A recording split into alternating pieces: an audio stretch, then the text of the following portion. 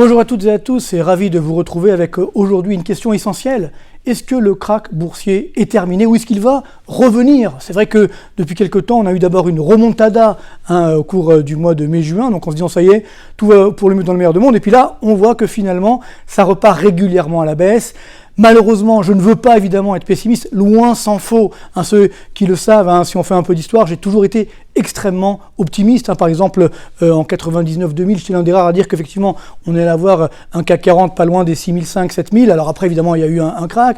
En 2008-2009, certains s'en souviennent également, j'étais l'un des rares à dire que ça allait redémarrer. Donc, je n'ai pas du tout, cette étiquette de pessimiste me fait un petit peu de peine, entre guillemets. Alors, c'est vrai que depuis 2015, j'annonce une bulle boursière qui doit se dégonfler. Donc, c'est pourquoi on me perçoit parfois comme pessimiste. Mais le plus important pour moi, c'est d'être réaliste, de coller à la réalité et donc d'essayer de faire les meilleures prévisions possibles. Donc c'est pourquoi aujourd'hui, malheureusement, je le dis, ce krach boursier n'est pas terminé. Alors pourquoi? Bien, on va le voir en quelques graphiques. Donc là déjà, on voit ici l'évolution du Dow Jones et du CAC 40 avec cet effondrement lors du début de la pandémie et du confinement. Et ensuite, cette remontada, comme je l'ai appelé, bien entendu. Mais on voit bien qu'elle n'a pas réussi à résister. On a depuis quelque temps, je dirais, des mouvements de baisse régulière. Alors, il y a quand même une exception, il faut le reconnaître, c'est l'évolution du Nasdaq. Le Nasdaq, effectivement, qui est donc l'indice des valeurs de croissance, puisque justement, tout ce qui est numérique, eh bien, toutes ces entreprises sont les grandes gagnantes finalement de cette crise, cette pandémie, le télétravail, etc. Et donc, c'est vrai qu'on avait une bulle du numérique, comme dans chaque révolution technologique. Là, on a la bulle Internet, donc là, on voit l'indice Nasdaq, ça avait flambé, ça ensuite, je dirais, ça s'est dégonflé, et puis, depuis, on a cette nouvelle bulle du numérique, mais ça ne veut pas s'arrêter. On a même, sur le Nasdaq, battu des records, on est à 10 130, au plus haut, donc sur l'indice Nasdaq, donc ce qui montre que ça va, ça vient, mais cette crise a renforcé les valeurs du numérique, donc c'est pourquoi la bulle continue. Mais malheureusement, il faut le savoir, là aussi, on n'a pas encore de visibilité sur la profitabilité, sur la réglementation qui va peser sur toutes ces entreprises du numérique, et également la taxation, l'imposition, donc il y a quand même beaucoup d'incertitudes, donc c'est ce qui fait que là aussi, il faut quand même rester extrêmement prudent. Mais plus fondamentalement, j'ai choisi également de vous parler du fameux krach de 29. C'est vrai qu'on en parle beaucoup, parce que justement, on parle souvent du krach de 29, d'octobre 29. Mais en fait, le vrai krach, il n'a pas eu lieu en 29. Alors, je vais vous montrer effectivement historiquement, on le voit sur ce graphique. Donc là, c'est le Dow Jones, de 1929 à 1954. On verra tout à l'heure pourquoi là, 1954. Donc voilà le krach effectivement de 29. Et on a eu aussi, regardez, une remontada fin 1929. Et c'est ensuite, en 31-32, que ça s'est complètement effondré, avec le creux a été atteint le 8 juillet 1932. Et là, on avait quasiment, regardez, 90% de baisse, 89 exactement, quasiment 90% de baisse. Alors bien sûr, c'est pas la même situation. Et ensuite, on voit que ça a redémarré. Donc là, on a eu le New Deal de Roosevelt. Ensuite, la Seconde Guerre mondiale, où là, il s'est pas passé grand-chose, bien sûr, d'un point de vue boursier. La victoire des Alliés, le plan Marshall, début des 30 Glorieuses. Et c'est là, regardez, en 1954, que le Dow Jones a retrouvé son niveau d'avant-krach. Donc c'est pour dire que, vous vous rendez compte, le nombre d'années qu'il a fallu. Alors pourquoi on a eu cette dégringolade?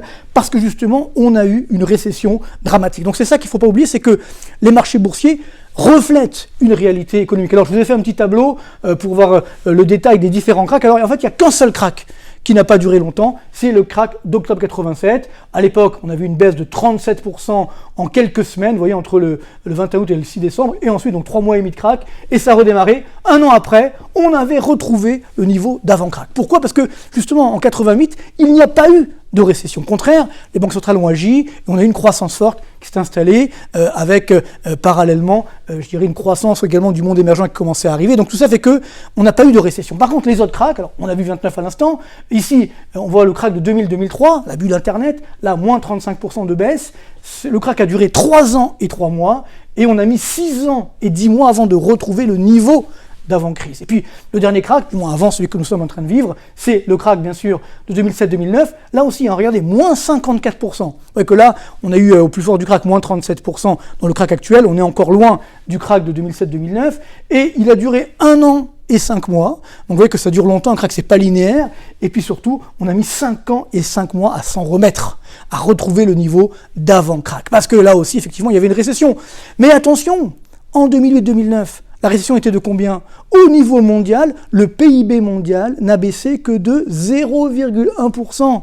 Ce n'était donc rien, et pourtant on a eu cet effondrement. Par contre, là cette année, dans le meilleur des cas, même si effectivement on a, espérons-le, je dirais, une reprise technique, on aura quand même une baisse du PIB mondial en moyenne sur 2020 de 5,1%, moins 5,1% du PIB mondial. C'est évidemment du jamais vu. Donc c'est ça le vrai enjeu, c'est qu'un krach correspond à une récession. Donc là on voit 2000-2003, là c'est la croissance mondiale, la courbe rouge. Il y a eu un krach parce qu'il y a eu une récession. Et encore, elle a été très très limitée en 2000-2003, mais surtout en 2007-2009, on a eu une récession, limitée également, mais il y a eu un krach. Donc là, regardez cette récession qui est énorme, hein, moins 5% de baisse du PIB. Pour l'instant, on a eu le krach, hein, on voit qu'on avait on était revenu vers la réalité économique, et puis là, on a eu la remontada, on est revenu, on a oublié un petit peu la réalité, parce qu'on a eu bien sûr l'action des banques centrales. Alors, je vous ai fait un autre graphique en bas 100 en 1997. Là, on a donc le PIB mondial en valeur en bas 100, c'est la courbe rouge, et la courbe bleue, c'est le Dow Jones, également en bas 100 en 1997. Regardez, c'est très intéressant, on voit le krach effectivement de 2008-2009, ça redémarre, mais que ça suit plutôt bien les tendances. Hein. Quand il y a une récession, il y a un krach. Et là, évidemment, on a eu une flambée, voilà la bulle boursière, et puis bien sûr ensuite, cette récession qui est en train d'arriver. Et regardez, c'est assez incroyable, le Dow Jones est bien revenu vers la courbe rouge. C'est-à-dire que la baisse de moins 37% pendant le krach lié au coronavirus correspondait bien à une réalité économique. Et puis là, hop, on repart à la hausse, on le fait comme si il ne s'était rien passé, parce que les banques centrales, évidemment, ont réagi. Mais donc, si on a une récession, dans le meilleur des cas, on aura un scénario un peu à la 2007-2009. Donc là, je vous ai mis les 3 derniers krachs.